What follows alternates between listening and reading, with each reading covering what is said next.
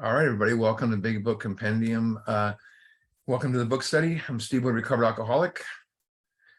So one thing that I've always thought about is people think spiritualness is always the path of least resistance. And the path of the least resistance is something that provides, obviously, the least resistance to something moving forward, right? Easy is the word. And people love the path of least resistance. You know, you heard me say before, the steps are not the path of the least resistance. The steps are not the easy way. So be careful what you ask for. You know, they make your life easier. But when you first do them, to put this time into it, especially your fourth step, it's not the path of least resistance. You got to put work into it. And with the steps come dedication, commitment, hard work.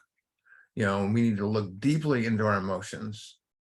There used to be a watch company right next to the place I worked at, I was in high school. It was old school, right next to a shoe repair store, which neither one of them are there anymore. But the watch company said on the wall, it said, maker of precision instruments. And I remember going and get my hair cut and always talk to my barber. I go, what does that mean, a precision instrument? I was like maybe 12 or 13 years old. And he goes, it's the tiniest little parts. And he goes, well, when those parts breaks, you take it to that guy. And that's the only guy that can fix it. I went, oh, that's kind of cool. And then when I started doing the steps, I heard my friend Derek say, it's like putting a watch back together. So precision instrument. And I went, whoa, okay. This is what, he's saying here. Because we're trying to find what makes us tick. Maybe some of those springs are broken. We need to replace them with new springs, so to speak. So we're looking deeply into our emotions. We're letting go of stuff. We're making face-to-face amends. We're connecting to God. And then we're living 24/7 in the steps and everything we do in between. I guess what I'm saying is the path of the most resistance is the steps. We're trying to make our life bigger, stronger. So we can, remember, we have a deadly disease. And taking the path of the most resistance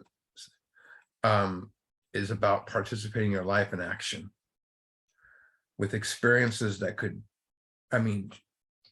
beautiful, that could change your life forever, freedom, stuff like that. But,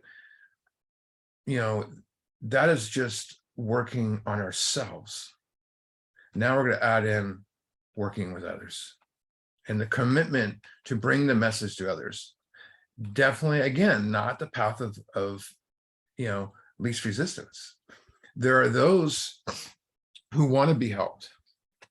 But then, as we know, there are those who want to be helped, but don't want to do the work.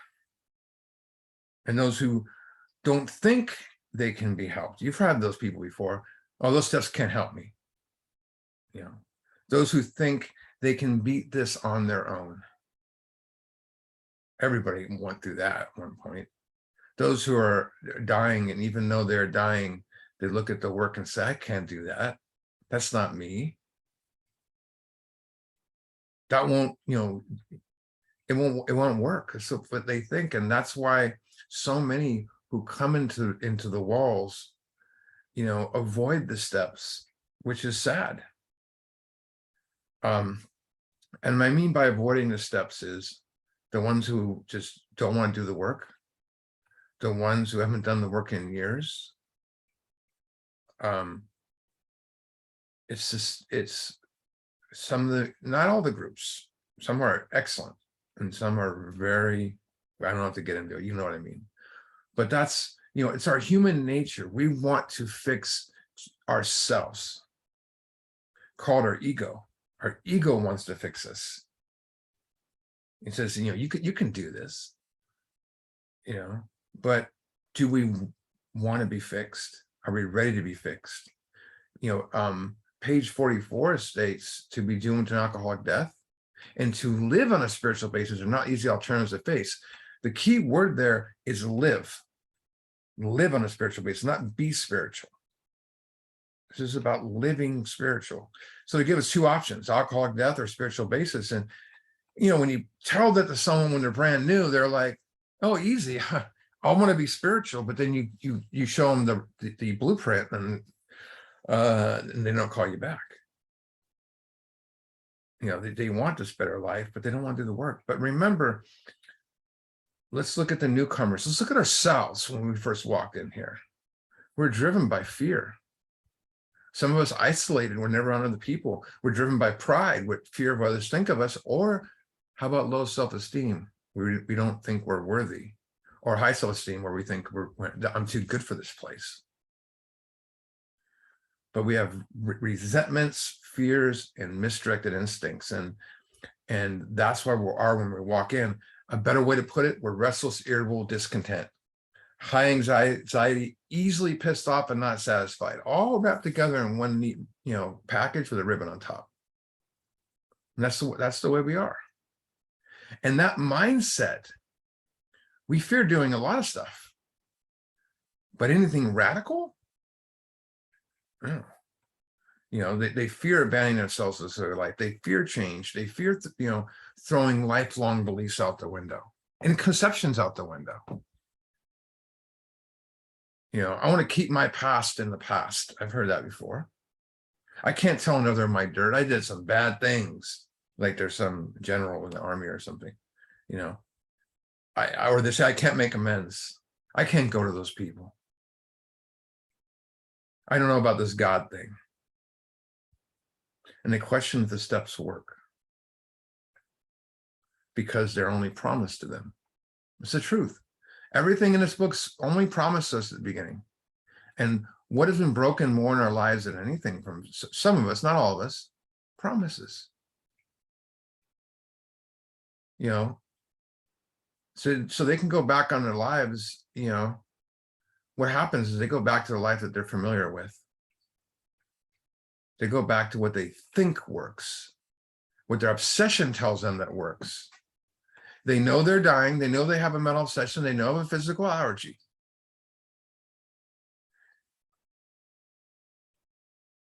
And they give in to the obsession. I don't say they give in the obsession wins. I guess what I'm saying is carrying the message is not always easy. This disease will rip your heart out. I am not kidding. How many people we've known and loved that our jaw drops to the ground, we found they disappeared again. And we're like, them? Because we can put up a good front too. A lot of people can put up a good front in AA. They can talk the talk, but not walk the walk. So this disease will break your heart.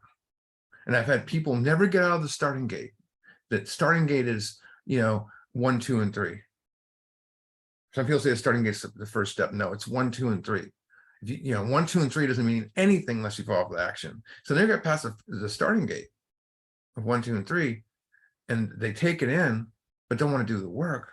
On the flip side, I've had, taken people through 4 through 9 and use again right after. Or let me rephrase that, like 4 through 7. And they just disappear right after. Some even got the 10, 11, 12. And when they come back, they tell me, well, I never really did that sponsorship thing. I never really did, this. Some, I'll be honest with you, did book studies with me and can run circles around me in some of the ways that I can explain things. But they cannot apply it to themselves. All great people, I love them. And I have a list of people that I pray for that have not come back. And some date back 10 years, 15 years. I'll be honest with you. Some have passed on. Like even my first sponsee committed suicide. I didn't hear his fifth step or anything like that, but still, imagine your first sponsee, how jazzed up you are, and then you call up there, you decide that you get a call from someone, they tell you what happened, you're like, whoa. It's spiritual mentor of mine who I love. And I used to walk this, when I walked my kids to school, I used to see him, and he's a pastor. And I didn't know he's a pastor. And we were just talking about spiritual stuff. And he's super open-minded in all spiritual aspects. And we're sitting there walking one day, and he goes, "What's wrong, Steve? You look down." And I said, "Yeah, one of my sponsees, guys I was working with, he knew I was going to AA. It was about 4 months into our walks to school. So he knew a lot about me." I said, went back out. And he got really quiet, and he said something I'll never forget. He says, "We're all bus drivers. Some get on the bus. A lot get off the bus. The most important thing is that you keep driving the bus. Don't take your hands off the wheel. Drive the bus. And let people always come on. But, as I said, these will break your heart, and sponsorship is not always easy. There's nothing more rewarding. To think about what all that stuff I just said, and I say there's nothing more rewarding, because it's impossible to hold a torch on another's path without brightening your own path at the same time. You guys know what I'm talking about. It's an absolute game changer in my life. And I go to a place I cannot reach on my own in meditation. And it's not like going within. It's really just like almost like bringing it all together. Kind of like puts a lightning in my spirituality. If someone asks me what my greatest achievement is, it's right there with my kids being born and sponsoring. I'm honored to help another. And I look at it as, going to the step is kind of like the sacred gathering.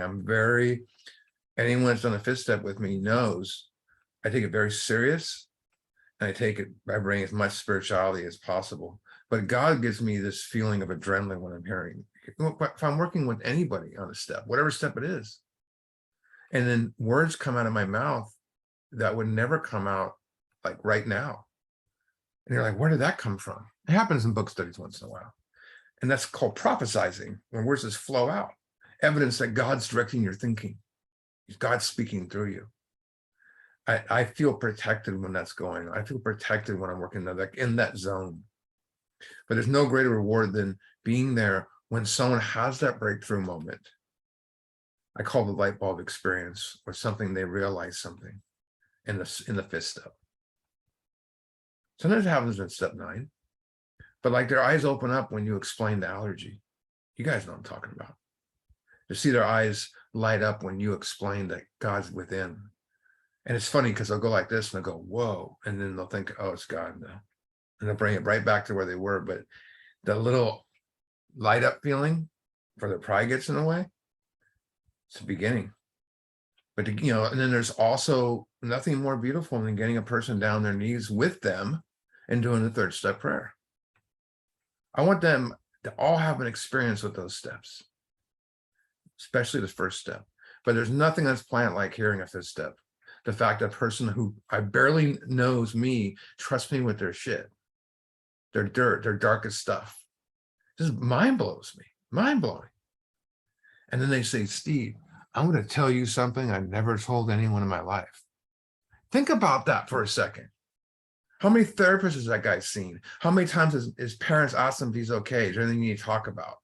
Yeah, he barely knows you, but he sees some spiritualness in your eyes, and he's going to say, I'm going to tell you something I never told. That's what makes this program fucking awesome.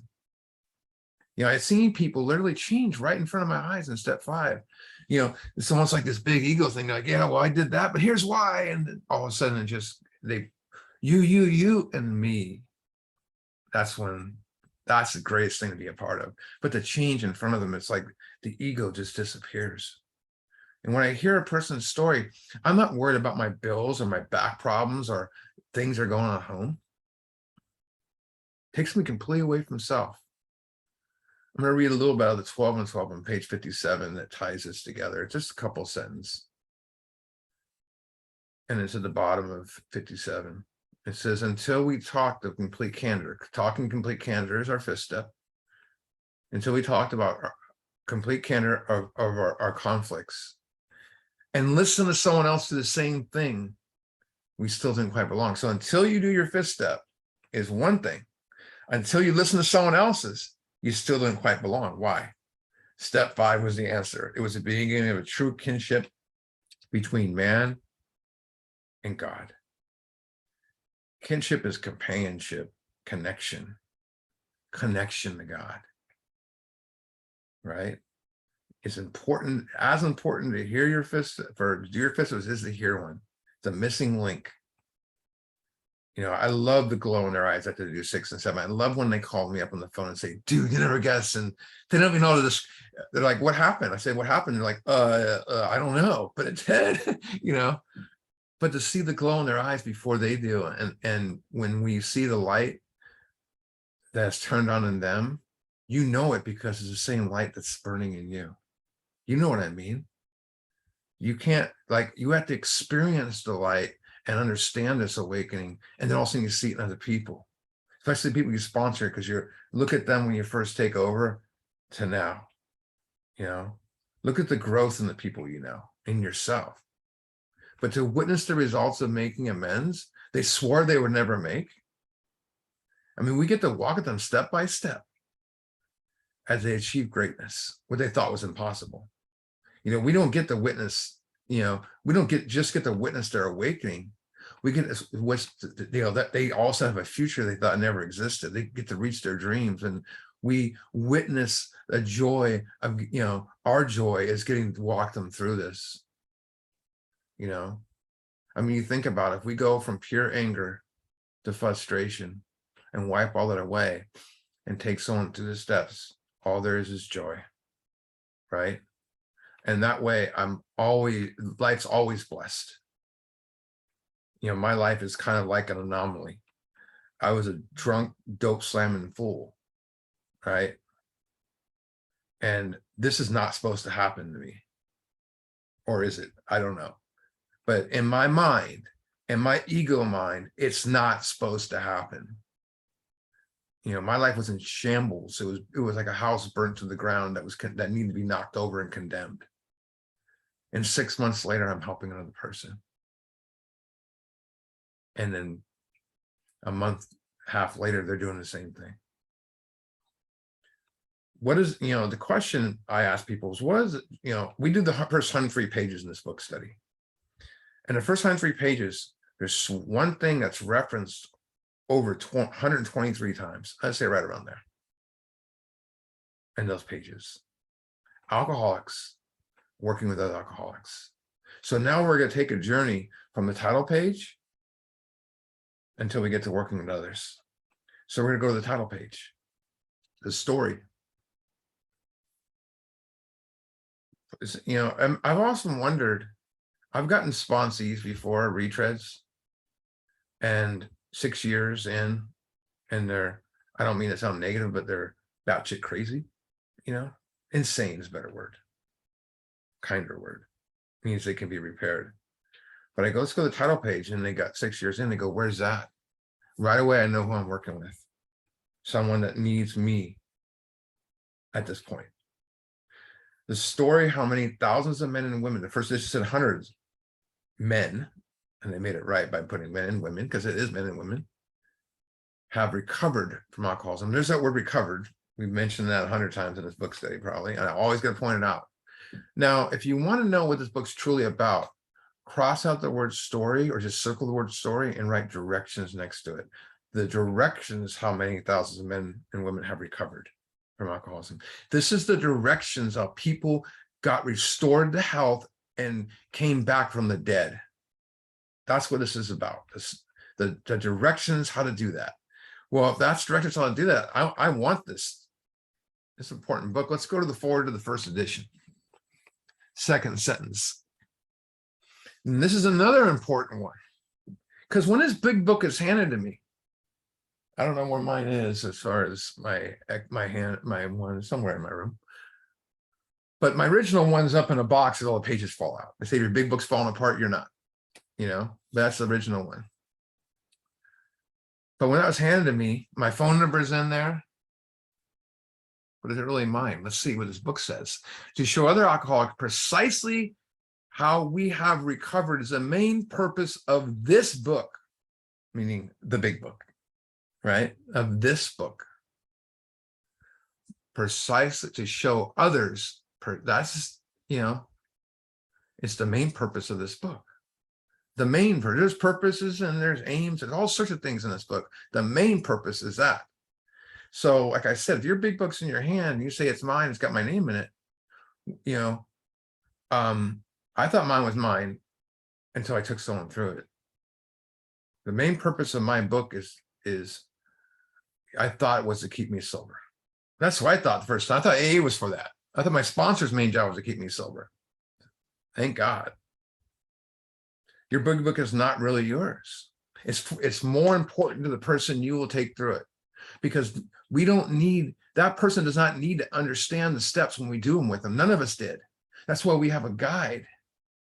You think about it, if you're going over some mountain ranges and stuff, and Kevin's the mountain, he's the mountaineer that can take us over there.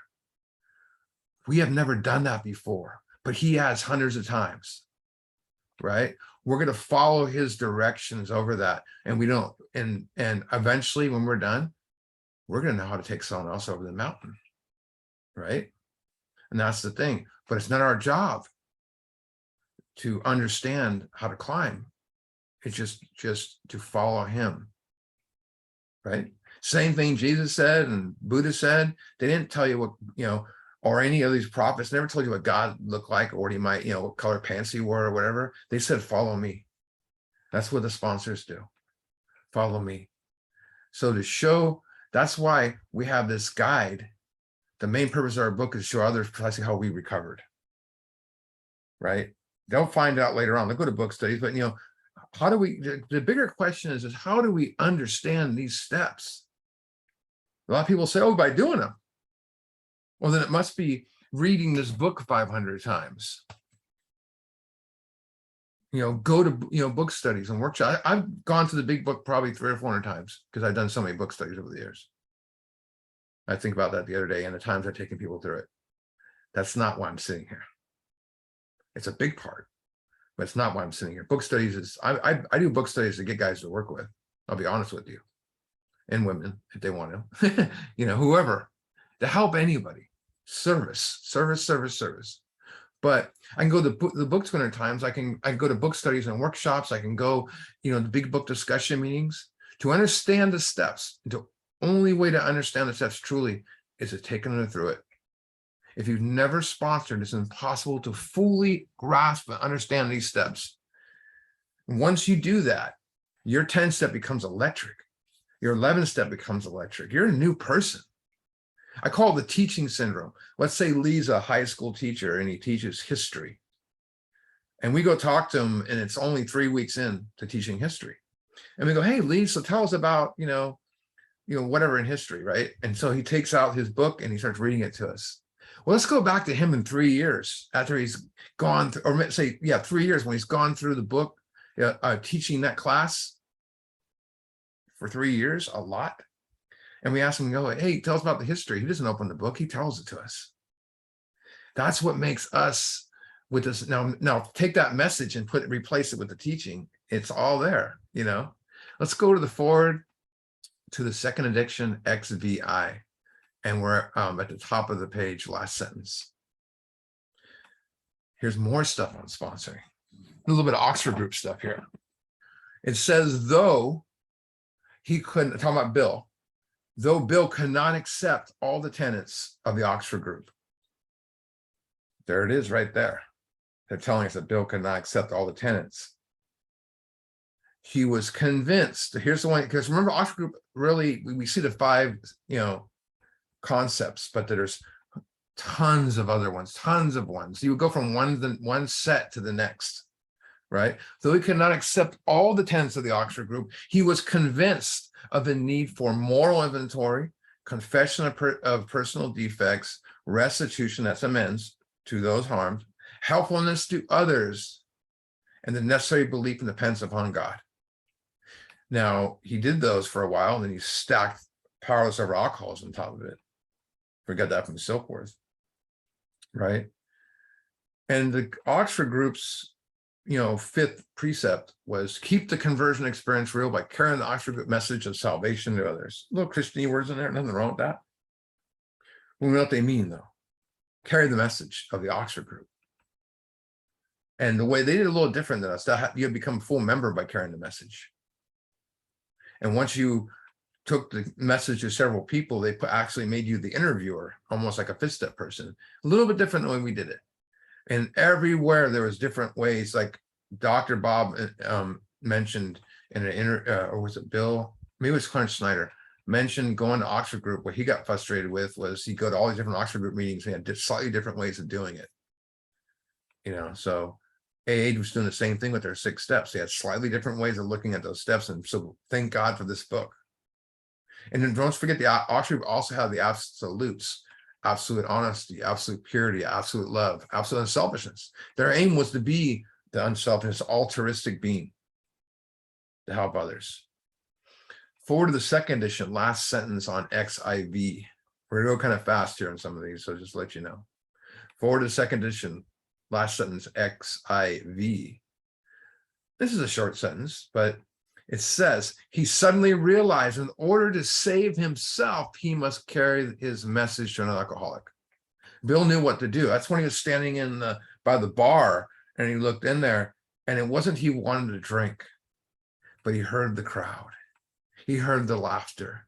He saw the women dancing in there and the guy, everyone. He missed the fellowship, so to speak, I guess you would say, the party.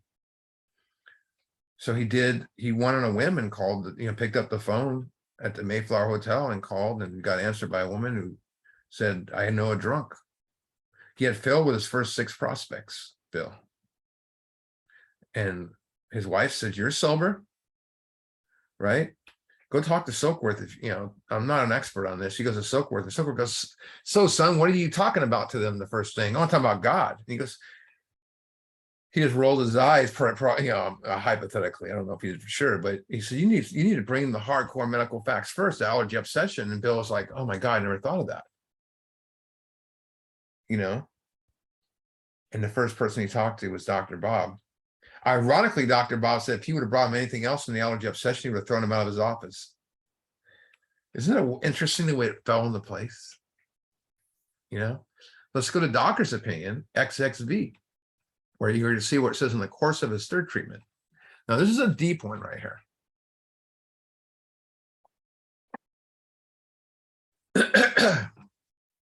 In the course of his 3rd treatment, this is Bill, he acquired certain ideas about possible means of recovery. 3rd or 4th treatment, no one really knows, but I'm like, who's counting? That's around that last treatment he had there. He acquired certain, ideas. Where do those ideas come from? As part of his rehabilitation, he commenced, that means he started to present his conceptions to other alcoholics. And look at this. This is underlining 3 times underneath if you can. Highlight it, whatever. And pressing upon them, they must do likewise with still others. I think I'm going to do a must workshop in here because that's very important right there. I mean, how many of us like the word must when we grew up, or now? Right? Well, they're telling us this must word is important. But look at what they say here. I'm going to give you guys an idea right here, something really quick. There was two A's and when this book came out, a big book, which is what we're doing here, and the AA fellowship, and they were exactly the same thing, locked. There's no difference. The first 164 pages of this book have remained intact. The fellowship has not. I'm not saying it's falling apart, I'm not saying it's bad. I love AA meetings, but it does not represent the program recovery in a whole as this book. And look what it says here. This has become the basis of a rapidly growing fellowship, helping others. So helping others has become the basis of a rapidly growing fellowship, these men and their families. Interesting. This man and over 100 others appear to have recovered. Now, this is a guy who had a 2% recovery rate, Silkworth, 2% out of about, I think it was 20,000 or something like that he had worked with. Interesting. Imagine if you're that guy and there's a 2% recovery rate and it flips around to the opposite, and you're that doctor. You're just going to sit back and go, okay, if I didn't believe in God, I believe in God now. But he was amazed. That's why he wrote this in here. Look, he says, this man, look at this here. This is undoctor words, right? It's not doctor words. This man over 100 other alcoholics appear to have recovered. Passing on the same spiritual ideas to another, and to another, and to another, and to another was the basis of their fellowship. What's the basis of your recovery? Meetings? Sitting with your sponsor, doing this work? How many fifth steps have you heard? I don't mean to put anyone, I'm not looking down on anyone or talking down it. How many fifth steps have you heard? When was the last time you made a really hard amends? Why are you still sitting on that one? You know, how many fifth steps have you heard? You know, and the reason I say the amends part in there, real hard amends, because you're going to have to tell these people to make amends. And how can you tell them if you're not? You got to be honest. You know, how many have you led to a spiritual awakening? And how many have said thank you? Not that I want to be told thank you by people, but it's pretty cool.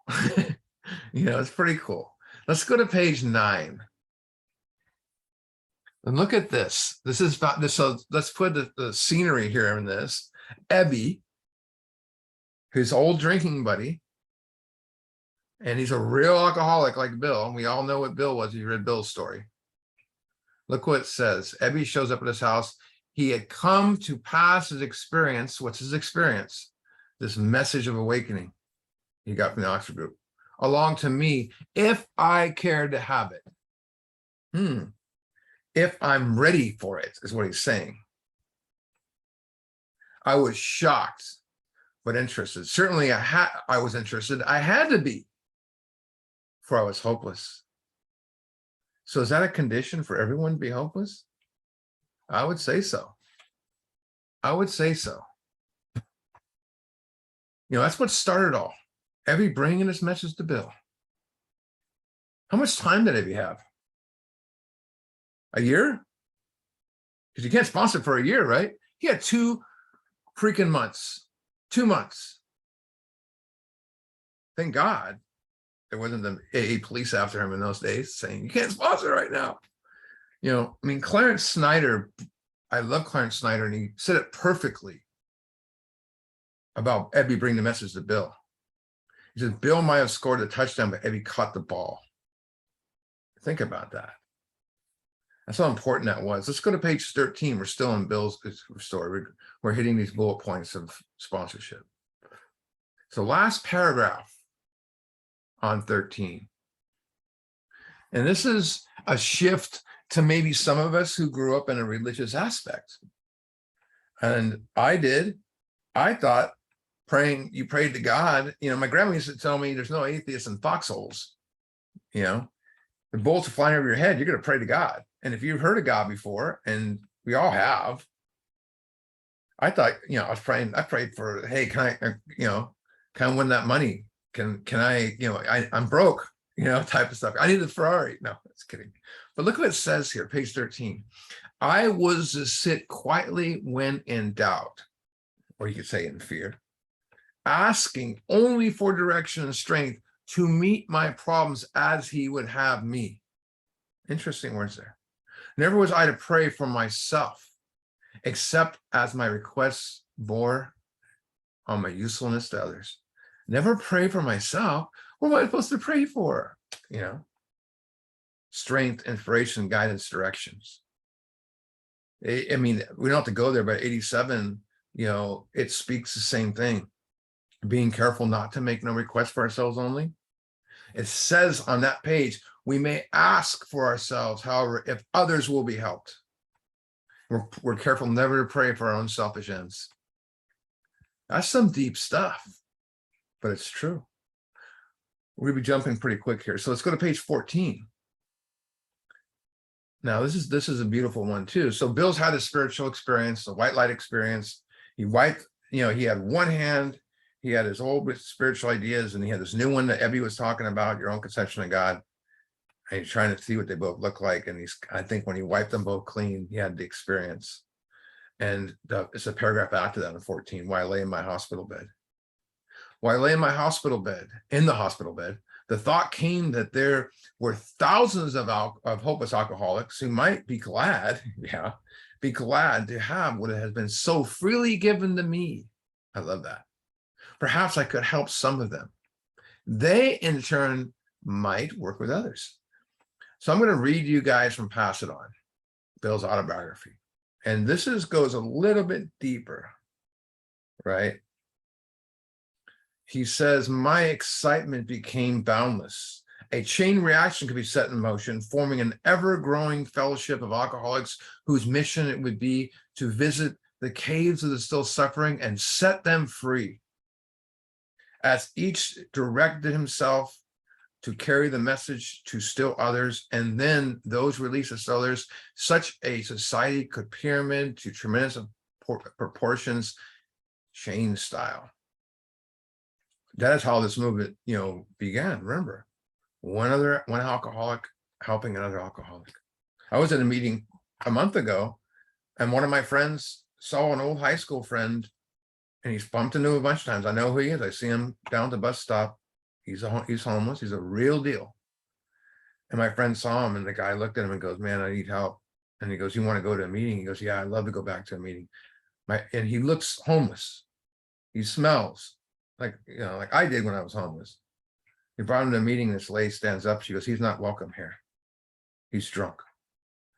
And then one old guy in the corner goes, if a drunk can't come to AA, where can they go?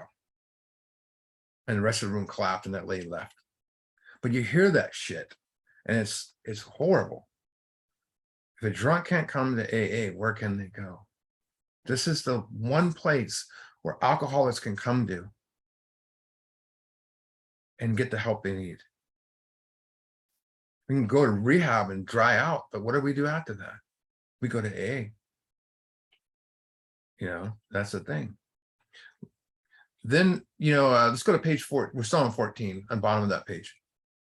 One of the most ludicrous, insane sayings I hear that I can't stand. This is a selfish program. And I just did a 4-step. It tells me I'm a really selfish. So let's see if this is a selfish program. Let's see what Bill says here about sponsoring and giving back to others. It says, my friend had emphasized, and emphasize is a big word. I mean, it's a very big word, had stressed, highlighted, whatever you want to say it, underlined, like we're doing here, hopefully. My friend had emphasized the absolute necessity. What's necessity? Most importance, highest mountaintop. Had emphasized the absolute, and uses the word absolute necessity put together. The absolute necessity of demonstrating these principles in all my affairs. Just like it says in step 10. How do we do that? 4 through 9, right? Keep myself together. I do that in step 10. Particularly was an imperative to work at others as he had worked with me. Faith without works was dead. Faith without action is dead, he said. And how appallingly true for the alcoholic. Here's the underlying part. For if an alcoholic failed to perfect and enlarge his spiritual life through work, 4 through 9, and self-sacrifice for others, 12, he could not survive the distant trials and low spots ahead. If he did not work, he would surely drink again. And if he drank, he would surely die. And I don't think he means death as far as being buried. It's that cycle of drinking and being stuck in that. I've known several people, men and women, they come to AA, they last a couple months, they go back out, come back, raise their hand, and that maybe over a year period, they come back 3 or 4 times. And then they maybe get 6 months in somewhere, and they disappear for 6 years, and they come back, and they said, I was just in that cycle. That's death. That's the alcoholic death. And that's an obsession, going to the allergy over and over again. You cannot get out of it.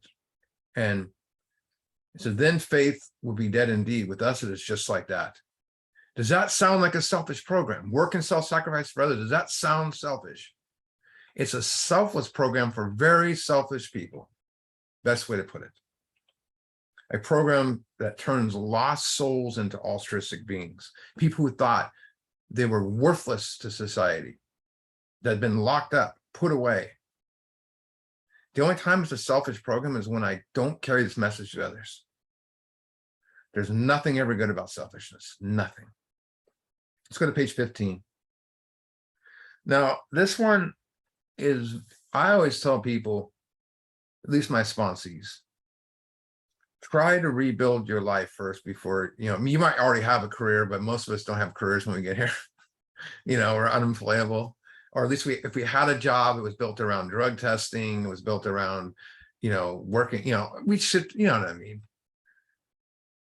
I tell people, don't jump in a career right away. Build yourself, get your morning and nightly meditation to a science.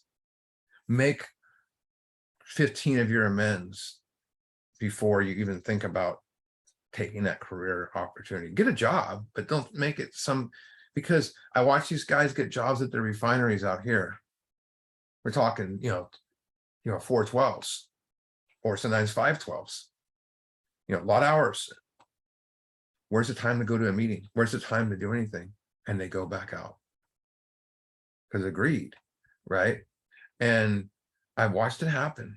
And if you're not ready, if you haven't done at least 4 and 5, work that career job is gonna be stress. I don't think I'm all that restless, irritable, and discontent you're taking to that job. You don't put that on your resume. We don't want that on a resume anymore. We want to be free. So look what Bill says. It was fortunate for my old business associates to remain skeptical for 1.5 years, during which I found little work. Look what he says here. I was not too well at the time. I was plagued by waves of self-pity and resentment. Right? So he's still working on himself. This sometimes nearly drove me back to drink, but I soon found that when all other measures failed, working alcoholic would save the day. Many times, didn't say a job saved the day or making a bunch of money saved the day. Working with another alcoholic, one-on-one. Many times I've gone to my old hospital in despair. On talking to a man there, I was amazingly lifted and set on my feet. A design of living that worse than rough going. We used to have 4 detoxes in my county. There's one, and it's county, meaning now, county run, state run, not state run, just county run. It's funded. So there's no medical to the detox. So you're shaking and baking there. And when there was 4 of them, we used to go there all the time, and they would let us in the front door and just say, hey, come in and talk to some guys. And we were doing it for ourselves. I'm not saying we wanted to drink, but it made us, we left there, it was awesome. Look at the next one. What do we get to witness in sponsorship? Look what it says here. We commence to make many fast friends, and a fellowship has grown up among us, which is a wonderful thing to be a part of. The joy of living we really have, even under the pressure and difficulty. I have seen hundreds of families set on their feet in a path that really goes somewhere. Have seen the most impossible domestic situations rightened, feuds and bitterness of all sorts wiped out. It's true. I have seen men come out of asylums and resume a vital place in society, a vital place in the lives of their families and communities. Business and professional men regained their standing. Their careers were wiped out and turned themselves around. There's scarcely any form of trouble and misery which has not been overcome among us. That's a promise. I said earlier, I had seen people awaken right in front of me in fist steps, completely turn, but not just that, watch them, their lives is turn around before they do. You don't recognize it right away. By sponsored men and women who were homeless and tell me their dreams and become successful with them. Crazy. I've sponsored men who have spent more time in prison than they did in the outside world. Completely turn their lives around and never look back. I had one guy, I swear to God this is true, in his fifth step. He goes, I want to show you something. There's another homeless guy. And he pulls out this makeshift menu. I said, what's this? And he says, this is for my restaurant. I'm a chef, but I've lost it all. Never, you can never even get hired. And 8 years later, he opened up a restaurant, and now it's one of the top restaurants in San Francisco. And you Google his name and he pops up. Beautiful person too. I've seen the reunited homes. I sponsored one. I had one sponsee who was, I swear to God, he gets there. I knew him back in the day, and it was the people you went to their house to hang out or bought drugs from, and a husband and wife, and you heard more FUs to each other than anything else. It was insane. I sponsored him, and his wife and him haven't spoken in 10 years of divorce, and they got remarried. And now if you mention their names, people are all, yep, I lived at their house for a while. They're way up here in AE land. Amazing. My friend was living in a garage when I heard his fifth step. And now he's like, it's like, wow. I can't believe I'm talking about him. But they're, I watched them say, I'm never going to make amends, to go make amends. And I've watched them not even know their daughters' names because I hadn't seen them for so long. And I get to go to the wedding when they walk them down the aisle. Where else could that happen without these miracles of Alcoholics Anonymous? That's the miracles we're talking about. Is there anywhere where we could be a part of something like that? I don't think so. Not as much as we see. We might see one or two of them in a church setting or someone turning their life around, but not like the volume we see. And we sponsor, One of the things that got me, that same pastor friend of mine who has seen it all. I mean, he was from Nigeria and he was kidnapped and tortured, and made him become a pastor. And he is so altruistic. And we went to him, asked if we could have AA meetings at his church. He used his back room. Well, he invited us. He told us he wanted us there. And I brought in, myself and like three other guys who were way more heavy hitters than I am in this. And they could just break it down the steps in God to him. And he was like, at the end, he said something I never forget. He says, he goes, I'm jealous of you, AA guys. You get to go into the trenches and rescue people. You get to witness their change, and right in front of you, you get to see them get everything back.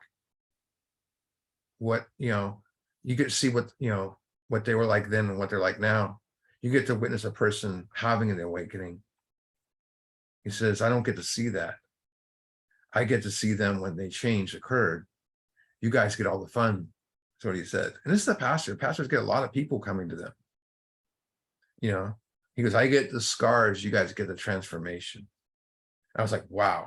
Even talking about it right now, if you knew this person, you would be like, oh, whoa. You never expect it, because we were going to someone that's highly respected in the area, food pantries and everything he does. And he says that. Page 16, very bottom of 16. This is an overlooked sentence. Most of us need to look no further for utopia. It means heaven on earth. We have found it right here and now. Each day, my friend, simple talk in our kitchen multiplies itself in a widely circle of peace on earth and goodwill to men. He's saying heaven on earth is sitting down with a simple talk with another alcoholic. And I think heaven on earth is, my definition is where things are perfect. He's talking about spiritual perfection. He just mentioned spiritual perfection. They tell us spiritual progress rather than spiritual perfection. Focus on spiritual progress. But we experience is work, self-sacrifice for others. If we do not perfect and enlarge our spiritual way of life. When he's talking about this, he's talking about having those moments where there is spiritual perfection involved. The person changing in front of you. Let's go to 17. This is some cool stuff. The tremendous fact for every one of us, that doesn't leave anyone out. Every one of us, is that we have discovered a what? Common solution. All we know is a common problem. And it tells us the paragraph above it does not help us. It binds us. But we discovered a common solution, which we have a way out, which we can absolutely agree upon, which we can join in brotherly harmonious action. This is the great news this book carried for those who suffer from alcoholism. The solution of 4 through 9, once we are awakened, we bring that to another and another and another, and they spring it to others. The chain style. You see why it's a common solution? Go to 18. This is some deep stuff here in 18. The ex-problem drinker. The ex-problem drinker is probably armed with the solution. That's 4 through 9. You can say 10, 11, 12 in there too, but it's all part of it. 4 through 9. Is properly armed with the facts about himself. The facts about himself is not that he's a bourbon drinker or he's a heroin addict. No, the fact about himself, is the knowledge of the allergy obsession. So when you have the knowledge to pass on the solution as well as the allergy obsession, look what it says. You can generally win the entire confidence. There's that word entire again in this book. It means a lot right there. Entire confidence of another alcoholic in a few hours. How many times do alcoholics and addicts ever get confidence in somebody? Not often. Until such an understanding is reached, little or nothing can be accomplished. Now, this seems obvious as we break down the allergy obsession, but there is a lost art form in Alcoholics Anonymous that I grew up in 22 years ago when I got sober. And my grandpa used to always say, every person must have a step one experience. You hammer home the allergy obsession. You read Doctor's Opinion with them. You go to page 30 and about conceding it in myself. Do you understand what alcoholic is? You don't understand what I like to be powerless, but knowledge that people just don't do that. They say you're powerless and don't explain it. You got to have that first step experience. It's very important. When I sit down with a drunk, I'm very thorough on the allergy obsession. Even if they've heard it before, even if it's their 10th time around or 30th time out of rehab, it's very important. And I might say something they never heard before, or say it in a different way. And if they burned a lot of brain cells, they may not remember it very well. But I want to make sure they have that first step experience. Let's go to 18. This has got some other deep stuff here. The man who is making the approach had the same difficulty. That doesn't mean that the alcohol. That means the spiritual malady. Being blocked from God. That he obviously, or self-will, you could say, that he obviously knows what he is talking about. And his whole deportment shouts out to the new prospect, he is a man with a real answer, because he's got the 49 and he's got results. That he has no holier than thou attitude. We'll get back to that in a minute. Nothing whatever except for a sincere desire to be helpful. That there are no fees, there are no fees to pay, no axes to grind, no people to please, no lectures to be endured, except for this one. Just kidding. These are the conditions we have found most effective. Look at this. After an approach, many take up their beds and walk again. Wow. As I said before, we witness miracles. Miracles. Nothing like a miracle. It really bothers me when I have, witness sponsors talking down the sponsors, treating them like garbage. Yes, most of the sponsors I know are altruistic, and then there's some that are deceiving and use their ego to sponsor. I like to call them either advocate, the spiritually awoke one that's talking right, and the charlatan. So the advocate is a person that voices support for another and strives for the person's better interest. A charlatan is a person who falsely pretends to know something he doesn't really know that well about. So they're going to use their ego instead. So the advocate speaks softly to always lift a person up. And the charlatan will say, I can't believe you drank again. The advocate eases into your problem, making it easier to accept the steps and understand step one. The charlatan, he says, you better do these effing steps. The advocate speaks with love, and the charlatan speaks with this holier than thou attitude we just mentioned.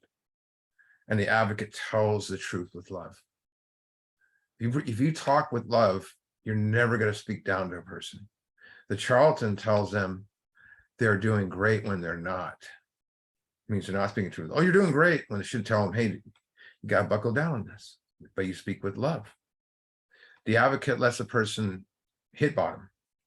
And they see him spiraling, like, let them hit. The charlatan will chase the person around, try and persuade them to come back at AA and listen, because they want to control. The advocate doesn't get mad when a person doesn't follow suggestions. The charlatan fires a person when they do not follow directions. I never fired a sponsee. The advocate tells the person that depends is always with God. The charlatan insists depends is on him until he's ready for God. The advocate runs towards the sufferer, never away. The charlatan many times avoids the sufferer. I've seen that. I have seen these charlatans out there, and they truly hurt people. If you focus on being an advocate, what that means, I strive to be an advocate. My ego can get in the way. To do that, I must always be working on myself, and I don't want to be a drill sergeant sponsor. I don't want that. I've had those guys before, back in the day. Kick a person when they're down, that's bullying. Who wants to chase someone away from AA when someone goes, hey, how'd the AA thing work out? No, I got bullied by this guy. I've heard that before. I had friends from high school I bumped into. I go, hey, I went to AA, I got bullied by this guy. Here's what he did. Crazy. Not physical abuse, but mental. Because of, of that, guys, I get guys I sponsor because I tried to be the advocate approach. I've never had a sponsee not come back to me when they relapse. Some 6 or 7 times. I said, I've never fired someone. I'm not bragging on this. It's just the way I was taught. My grand sponsor, I never even heard him say a bad thing about anybody. And he sponsored that way. Always talked about love. And he always say that love is not telling a person everything is going wonderful when they're not. Never will I comprehend the philosophy of kicking a person when they're down. When someone's on the ground, rub their face in the dirt. They made a mistake. Extend your hand. Don't rub salt in the wound. The only time you should be looking down on someone when you're doing this. Get up. Let me help you. My friend and I were walking in Berkeley last week when we saw this homeless guy fall. And we went and helped him back up. And we didn't care if it was dirty or anything like that. We just helped him back up and went on our way. He's all, thank you. It was a natural reaction though. But, there's times when there's no choice, but, a person's life on the line. Sometimes you have to use words, and strong words. You have to let them hit a wall in his heart. But if you truly love them, you won't be their enemy. You'll be their hope. You'll be their hope. And go to page 20. Page 20. Look at this. Our very lives as ex-problem drinkers. This is a deep one here. Our very lives as recovered alcoholics, we'll say, ex-problem drinkers, that's what I mean there, depends. So here's what depends. Here's what we're dependent upon. One of the things, other than God, same thing, wrapped in a one bow, upon our constant thought of others and how we may meet their needs. What did we have constant thought about? Dope, alcohol, called an obsession. This is a healthy obsession. I don't want to call it one, but constant thought on others and how we meet their needs. What does it say again in step 10 after making amends in step 10, bottom of the paragraph? Turn your thoughts to someone you could help. Third step prayer. It's 7-step prayer. Both of them mentioned God's bidding in step 7. Third step prayer. To those I would help with thy power. Show me the way. Go to 25. This is some deep stuff here. When therefore we were approached by whom the problem had been solved, there's a recovered alcoholic again, there was nothing left for us but to pick up the simple kit of spiritual tools laid at our feet. And what happens when I did that? They just described this. We have found much of heaven and been rocketed into a 4th dimension of existence, which never dreamed. Rockets travel 20,000 miles an hour. The cool thing about going to the steps with a sponsor is each step is a tool, right? That we put into a toolbox. And the reason we put them in a toolbox is so we can continue to use them either on ourselves or the people. But the other reason we have a toolbox is so we can gently, kindly put it at a person's feet and say, when you're ready, this is for you. We don't say that directly, but that's what it means. I'll be transparent and say, I put a lot of spiritual toolbox at people's feet, and a lot of them never pick them up, but the ones who do get the rocketed effect. The ones who put it into action. One of the biggest reasons recovery rates have plummeted from 75%, like this book says, you could say 96% in some places at that time, to 5% is poor ineffective sponsorship. So it's important that we know what to look for in a sponsor. Let's go to 74 and see what we look for in a sponsor.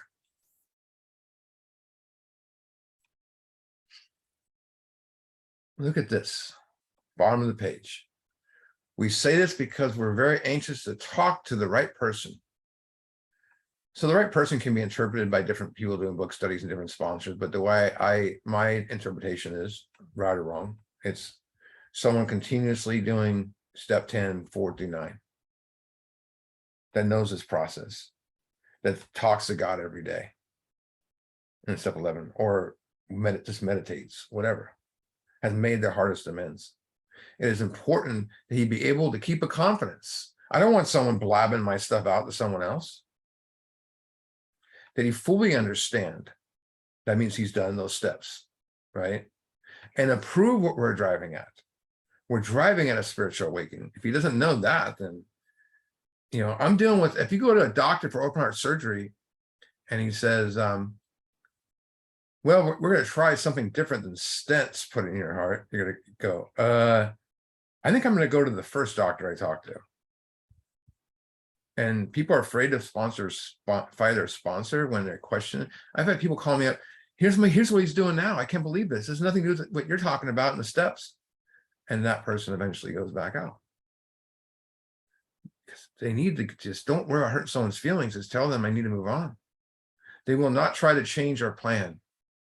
That your sponsor will not try to change our plan. Not my plan, not your plan, the first 100's plan. Story of how many thousand men and women recovered. That plan.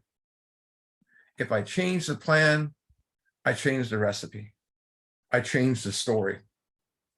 Changing the plan in step 5 is like I use these grids for 4-step sheets. And it has where you put the resentment in and why, and you check what instincts, pride, self-esteem, and all that. If I want my sponsee to figure those out as best they can, and I try to improve it. Hey, well, how can we put on selfishness on there? Well, I can't do that. They put on every single one but her, the wife. I'm going to improve that. I'm going to try to explain to them why they need that, why it's selfish. But I know sponsors that they just tell them, fill out the first 2 columns and I'll fill out for you. Are you trying to become the image and likeness of your sponsor? No, it's a self-appraisal. Changing the plan is hearing half the resentments and saying, I have heard enough.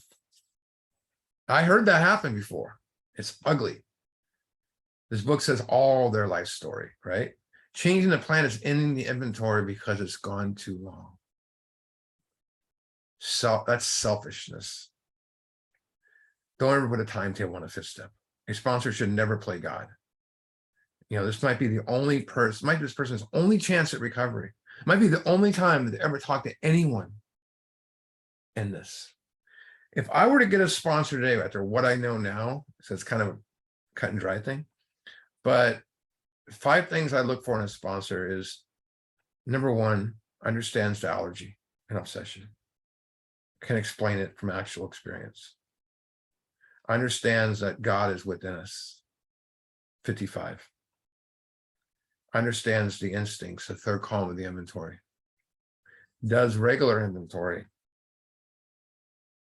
and has made the most difficult amends. That's just me being snobbish and picky, but that's what I would look for, because I need somebody. The only requirement to be a sponsor is to have a spiritual awakening is all these steps. You don't have to be an expert. You don't have to know this book inside and out. What most sponsees say, I'm not ready to sponsor yet. Guess what that means? You're never going to do it. Were you ready the first time you started that new career? And you didn't call the boss up and say, I'm not ready to start today. Because you're not. You have to go there and experience the job. Same thing with sponsoring. So the only requirement to be a sponsor is to have a spiritual awakening, all these steps. The only requirement as a sponsor is to take another through the 12 steps as outlined in the book Alcoholics Anonymous. Nothing more, nothing less. It's not a requirement for you to get the guy to ride to meetings. It's not a requirement for them to call you every day. None of that stuff. Page 77 says it perfectly. Our real purpose is to fit ourselves to maximum service to God and the people about us. Our real purpose is to spiritually fit ourselves. This goes with keeping my house clean. Keep doing step 10 and 11 to be in fit spiritual condition. So I can be maximum service to God and the people about us. If I do not spiritually fit myself, I drift in another direction and no one wants to be around me. Right? Let's go to 84.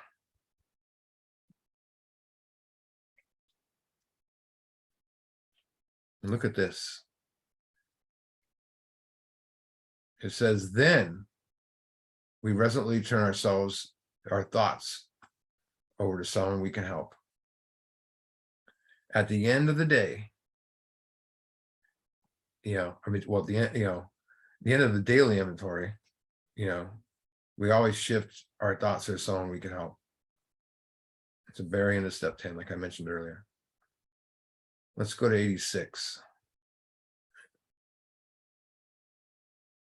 So on 86, if I'm spiritually fit, if I'm in fit spiritual condition, I'm asking myself these questions. It's the middle of the page. Were we thinking of ourselves most of the time? Or were we thinking of what others could do, or what we could do for others?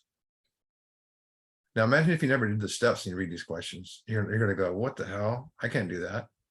Were we thinking of what we could do for others, or what we could pack into the stream of life? The stream of life is whatever you see it as.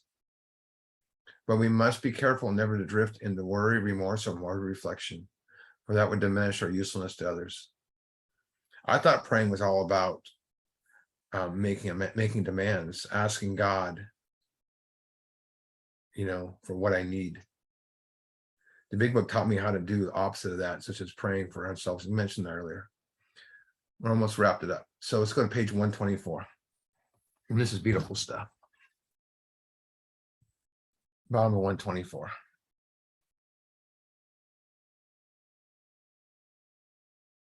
Earlier in this book, it talks about step 4 being the key to the future, to our future. But is it the key to someone else's future as well? Let's see. Showing others who suffer how we were given help is a very thing in life, very thing which makes life seem so worthwhile to us now. Cling to the thought that in God's hands, the dark past is the greatest possession you have, the key to life and happiness for others. With it, you can avert misery and death for them. Avert means prevent. That's deep. That's deep. We can prevent misery and death. Remember, it said in step 4, I mentioned a second ago, step 4 is the key to the future. Not only mine, but others as well. That's what it says there. Go to the bottom of page 52. Bottom 52. You're going to meet these new friends in your own community. Near you, alcoholics are dying hopelessly like people in a sinking ship. If you live in a large place, there are hundreds, high and low, rich and poor. These are future fellows of Alcoholics Anonymous. Among them, you will make lifelong friends. You will be bound to them with new and wonderful ties. For you will escape disaster together, and you will commence shoulder to shoulder your common journey, common solution. You heard me say many times, anything you know in life comes from direct experience. Anything you don't know is a theory. It means you never experienced it. Here's what happens when you take the time to experience walking another through this process. So it kind of breaks down to, for me, is, what I was like. Let me share a meeting. You can later look on page 52. Struggle with personal relations and all that. What happened? We just read that page 25. And this is what I'm like now. This is what you will experience as a sponsor. And some of the most beautiful lines in this book are short. My favorite promise in the book, I call it the hidden 12-step promise. Then you will know what it means to give of yourself that others may survive and rediscover life. You will learn the full meaning of love thy neighbor as myself. If you haven't felt that, you haven't carried this message yet. You will. 4 and 5 provided me with completely unselfishness. I had no interest in others, 0. 4 through 9 shattered the illusion of what I thought life was and awakened to this inner peace to set me free. And 10 and 11 helped me know God so that I can finally know myself. It was then my life shifted from what's in to me to love and service for others, witnessing others rediscover life. There's nothing on this planet like it. You'll never be the same. Besides bringing this message of awakening, we bring love they thought didn't exist. And the question is like, did Jesus teach Christianity? Did the Buddha teach Buddhism? Did Krishna teach Hinduism? Did Confucius teach Confucianism? Did Latouz teach Taoism? Did Bill Wilson teach the 12 steps? No, they didn't. They taught love. They taught love. And all these prophets right here that I mentioned, they taught the exact same thing, selfless love. They taught us that love is concern for the caring of other people. They said things like, never leave a person empty-handed. Faith by itself is not accompanied by action is dead. Comfort those who are in trouble. If you yourself wants to succeed, help another. You have 2 hands, one for helping others, one for helping yourself. Think about that. If we help others achieve their dreams, so will we. 2 people are better than 1, they said, because if one person falls, the other can reach out and help. But someone who falls alone is in trouble. Another one is one who gives freely grows all richer. Heal the sick, wake the dead. What they said. Love isn't something we find. It finds us. And when it does, we send it out to the rest of the world. Love is the benefit of the one.